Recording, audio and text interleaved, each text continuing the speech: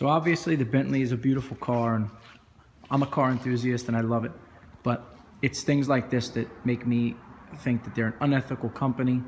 And if you can't have a car that 5-10 years down the road is relatively reasonable to service and maintain, I just think that's unethical for a company. So here we are with the Flying Spur, the dead battery.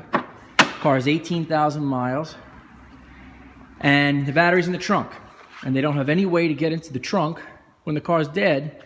So you have to get a whole bunch of tools, and you have to pull this whole cover off. And then underneath here, there's a tiny little, very inaccessible jump port where you can put a jump box on and get a little bit of power to the car so you could open the trunk. So we did that. That took about a half hour of our valuable time. Now we're in the trunk, and where do you see this? It's 2 batteries, and this is the auxiliary start battery, which goes over here. Not a big deal, take that out. But to take the main battery out, look at this mess.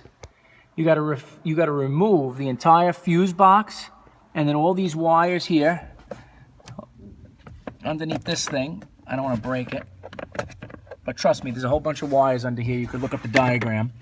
And then, oh, there we go, see? You gotta take all this off.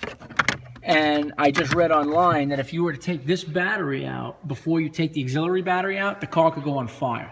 That's a great design, let me tell you, for 200 grand, great design. And also, you risk shorting the battery control module, which I don't know why on earth you'd even need something like that. And that's $1,100. So just to change the battery in the car, you could wind up going for well over $1,000 and risk burning to death. So these are some reasons why Bentley doesn't deserve your business.